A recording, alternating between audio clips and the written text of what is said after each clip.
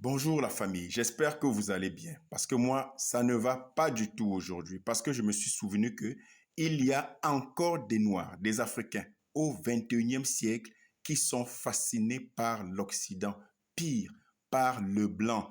qui estiment que le blanc est fort quand ils veulent dire que quelqu'un se comporte bien comme il faut, quand ils veulent prendre une référence positive de quelqu'un par rapport à des attitudes, ils disent il vit comme un blanc ou alors ils disent tout simplement c'est un blanc. Au 21e siècle, après qu'il y ait eu toutes les déconstructions pour démentir toute cette fallacieuse histoire sur une prétendue suprématie blanche sur l'humanité, malgré tous les efforts des écrivains, des penseurs, des intellectuels africains, des éveilleurs de conscience qui visent à rappeler aux Noirs, aux Africains, mais qu'ils ont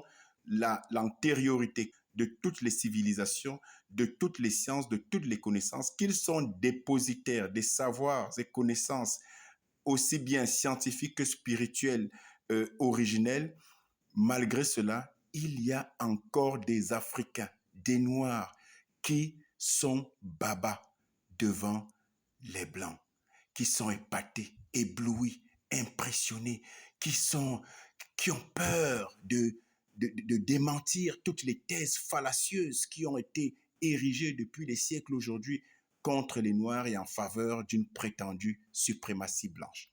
Malgré leur malheureuse rencontre avec l'Occident et les atrocités de l'esclavage, de la colonisation et du néocolonialisme en cours, malgré que les Africains aient été volés, plagiés, spoliés, mutilés, falsifiés, stérilisés et assassinés depuis des siècles, il existe encore des Africains qui croient naïvement que l'Occident officiel a changé et est revenu à de meilleurs sentiments à l'endroit des Noirs. Au XXIe siècle, il y a encore des Africains qui ont honte de leurs origines, de leur identité, de leur couleur de peau, de leurs cheveux crépus.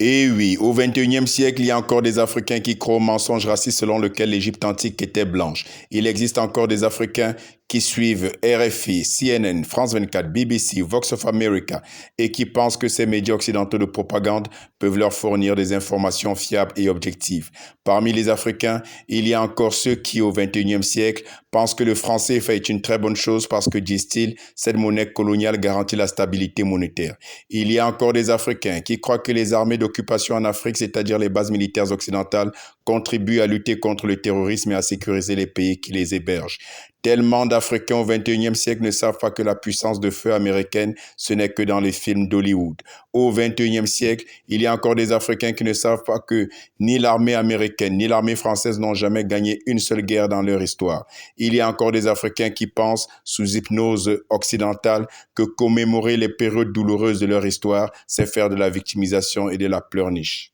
Ce n'est pas tout. Il y a encore des Africains qui croient que la démocratie est la solution à tous leurs problèmes et que l'Afrique a besoin de l'aide au développement pour s'en sortir. Au XXIe siècle, il y a encore des Africains qui pensent que Jean de La Fontaine, Victor Hugo, Voltaire, Picasso, Pythagore ou même De Gaulle étaient des génies.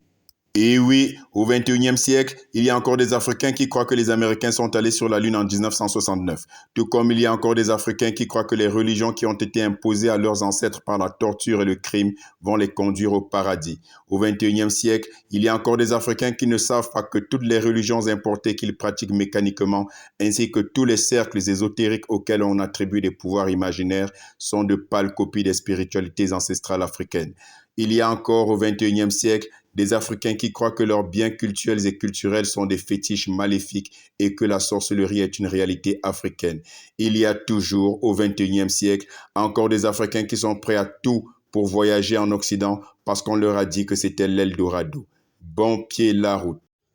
Au XXIe siècle, il faudra absolument parvenir à reformater les cerveaux des Africains pour les vider de toute la pollution mentale dont ils sont victimes. Il va falloir impérativement décoloniser la pensée collective africaine et réinstaller le logiciel de la conscience mémorielle qui ravivera la fibre de l'authenticité culturelle, qui restaurera à son tour la fierté de revendiquer et de préserver jalousement notre identité propre.